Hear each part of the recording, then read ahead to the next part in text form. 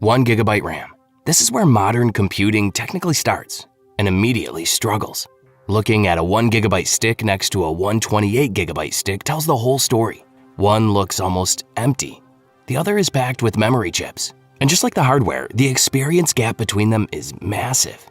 Back in the early smartphone and budget PC days, 1 gigabyte RAM was considered usable. Apps were lighter, websites were simpler, and nobody expected their device to multitask without freezing. Open one app, use it, close it. That was the lifestyle. In real life, 1 gigabyte RAM can barely handle a modern operating system today. Android, Windows, or even lightweight Linux systems will boot. Sure, but the moment you open a browser, things slow down fast. Switching between apps feels like time travel, and not in a good way. Forget gaming, heavy browsing, or streaming. Even basic tasks can feel painful. You'll mostly find 1 gigabyte RAM now in old phones, outdated tablets, smart TVs, car infotainment systems, or tiny embedded devices that only do one job. For normal users, it's effectively obsolete. And here's the important part. RAM isn't about numbers or technical stick configurations. It's about whether your device keeps up with what you actually do. If you browse the web, use social apps, stream video, or multitask at all, 1 gigabyte simply can't keep up anymore. 2 gigabyte RAM. After 1 gigabyte, 2 gigabyte RAM felt like a step up for a little while. This tier became common in PCs and laptops around the late 2000s and early 2010s. It showed up in budget netbooks, early Chromebooks, and low-end Windows laptops. Machines like the Asus E PC, early Acer Aspire models, and even some first-generation MacBook Airs came with 2 gigabytes of RAM. Back then, it seemed generous, but today it feels like trying to run a marathon in slippers. With 2 gigabyte RAM, you could handle extremely basic tasks, word processing, light spreadsheet work, or browsing a single website. Open a browser with more than one tab though, and your computer started struggling like it just woke up from a nap. You'd see programs freeze, fans spin like tiny jet engines, and your system would spend more time thinking than actually doing anything. Multitasking was basically a dream.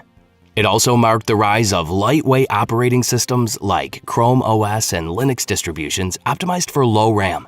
These systems could squeeze something usable out of 2 gigabytes, whereas Windows Vista or early Windows 7 machines would constantly hit the memory wall. This is when users realized RAM wasn't just a number. It directly impacted everyday usability. Today, 2 gigabyte RAM is mostly for emergency backup machines or super lightweight setups. It can barely run one modern browser tab smoothly, let alone multiple apps at once. 4 gigabyte RAM. 4 gigabyte RAM became the standard for budget laptops and desktops around 2010 to 2015. Back then, it felt like magic. Machines like the HP Pavilion, Dell Inspiron, early MacBook Airs, and mid-range ThinkPads came with 4 gigabytes as the sweet spot. Suddenly, you could actually browse the web without your computer immediately threatening to explode. With 4 gigabytes, you could comfortably open 3 to 5 browser tabs, write documents, check email, and even stream a YouTube video without everything freezing. Multitasking still had its limits. Try running Photoshop while Spotify and a dozen tabs were open and your computer might cough, sneeze, or straight up crash. But for everyday users, it was enough. This was also the era when Windows 7 and 8 became widely used, and 4 gigabyte RAM was officially the minimum you need to feel modern. It was ideal for students, office workers, and older relatives who just wanted to check email or browse Facebook without constant frustration. No gaming, no heavy editing, no thrill-seeking digital multitasking, but it did the basics well. And compared to 2 gigabyte RAM machines, it felt like going from a tricycle to a bicycle with gears. Even today, 4 gigabytes is still usable for very light tasks, budget Chromebooks, or ultra-basic Windows PCs. But opening more than a handful of tabs or modern apps will remind you that your computer is running on fumes. So basically, 4 gigabyte RAM is enough to get things done, not enough to get carried away. 8 gigabyte RAM. Around 2015, 8 gigabyte RAM became the updated standard for most new PCs, laptops, and even some mid-range Macs. This was the point where computers stopped feeling like fragile little boxes and started feeling like actual machines you could rely on. Machines like the Dell XPS 13, MacBook Pro, and budget gaming rigs all came with 8 gigabytes as the baseline. Suddenly, multitasking wasn't a crime. Your computer could actually handle it. With 8 GB RAM, you could open 10 to 15 browser tabs, stream music or video, run Office apps, and maybe even edit photos in Lightroom without the system gasping for breath. Light gaming? Sure, modern games ran on lower settings, and even some medium settings were playable. Video calls and streaming became smooth, and most everyday tasks just worked. This was also the era when casual gamers and students finally felt free. No more apologizing to your computer for overloading it. It became the baseline for home offices, students with multitasking needs, and content creators starting out without taking a loan from the bank. Of course, 8 GB isn't invincible. Heavier games or professional video editing might still cause stutters, and running huge files in Photoshop or Premiere could push it to its limits. But for the majority of users, it hit the perfect balance: fast, affordable, and reliable. Quick question: how much RAM does your current PC or laptop have? Drop it in the comments. And if you're finally understanding what all these RAM numbers actually mean, hit the like button. It genuinely helps the channel. 16 GB RAM. By around 2018, 16 GB RAM became the sweet spot. And in 2025, it still is for most people who actually expect their computer to keep up. If you're watching this video trying to decide what to buy, this is probably your answer. Mid-range gaming laptops, MacBook Pros, and custom desktops started shipping with it as standard. And suddenly multitasking didn't feel like juggling flaming swords. With 16 GB, you could play modern games on high settings without your PC wheezing. Edit 1080p videos while Photoshop had a dozen layers open. Keep Spotify blasting in the background, and juggle 20+ Chrome tabs, all without begging your machine to hang in there. Even streaming Netflix while downloading a game didn't make it sweat. Power users, casual streamers, and hobbyist content creators finally felt like their computers were on their side instead of sabotaging them. It's also the tier where switching between apps feels instant, not like you're running everything through a potato. Sure, heavy 4K video projects, massive Photoshop files, or running multiple virtual machines might still push it. But for almost everyone else, it's smooth, snappy, and future-proof for a few years. 32 GB RAM. 32 GB RAM showed up just as multitasking became a full-time job for power users. You stop checking Task Manager. You stop wondering which app to close first. You just use the PC. This tier started becoming popular in the early 2020s, especially as content creation, streaming, and heavier games became normal. Back when 4 GB was good enough and 8 GB felt high-end, suggesting 32 GB would get you laughed out of the computer store. Now it quietly makes sense. And in a few years, we'll probably say the same thing about 64 GB. With 32 GB, you can game on high or ultra settings while Discord, Spotify, Chrome, and recording software all run in the background without drama.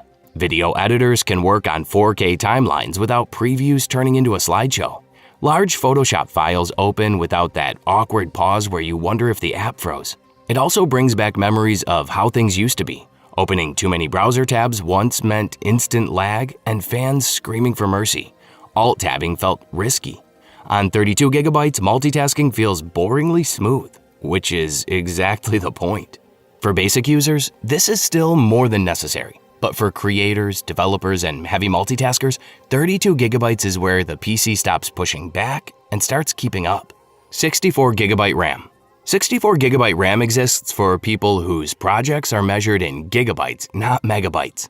This isn't about opening more browser tabs or getting 5 extra FPS in a game. This is the territory of serious workstations and people who push their machines all day.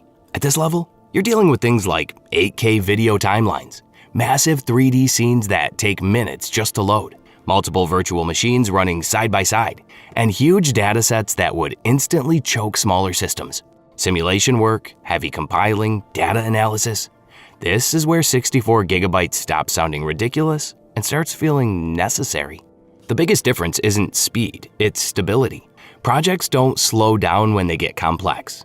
Apps don't crash the moment you layer effects or duplicate assets. You can render, encode, simulate, and research at the same time without your system begging for mercy. This is the kind of RAM setup you'll find in professional studios, research labs, enterprise development environments, and with extreme power users who treat their PC like a full-time tool, not a hobby. For everyone else, it's overkill. For the people who need it, there's no going back. 128 GB RAM. 128GB RAM exists for workloads that simply cannot fit into memory on normal systems. This isn't an upgrade you buy because something feels a little slow. This is something you buy because your workload would literally not run otherwise. At this level, you're looking at scientific simulations, massive databases, full server virtualization, Hollywood-grade VFX pipelines, and AI or machine learning models that eat memory for breakfast. This is the kind of RAM that lets you load entire scenes, datasets, or models into memory without constant swapping or crashes. For normal tasks, 128GB does absolutely nothing extra. Your browser won't feel faster. Your games won't magically look better. Your PC won't boot in half a second. For 99% of users, this much RAM is pure overkill and mostly exists as a flex. But in data centers, research labs, AAA game studios, and enterprise servers, 128GB makes sense. When time equals money and crashes are unacceptable, throwing massive memory at the problem is the safest move. If you're considering 128GB and you don't already know why you need it, you probably don't. And that's every RAM size explained. From ancient 1GB sticks that couldn't even open a browser, all the way to monster 128GB setups that make servers blush. Remember, more RAM doesn't automatically make your PC better. It's about matching your memory to what you actually do. Now here's the thing. You just learned how much RAM you need, but do you know which type to actually buy? DDR3, DDR4, DDR5? If those sound like random letters instead of real specs, you're not alone. And here's what nobody tells you. Buy the wrong DDR generation and your motherboard won't even recognize it. That's exactly what we're covering next. Every DDR RAM generation explained simply. Click the video on screen right now, and I'll see you there.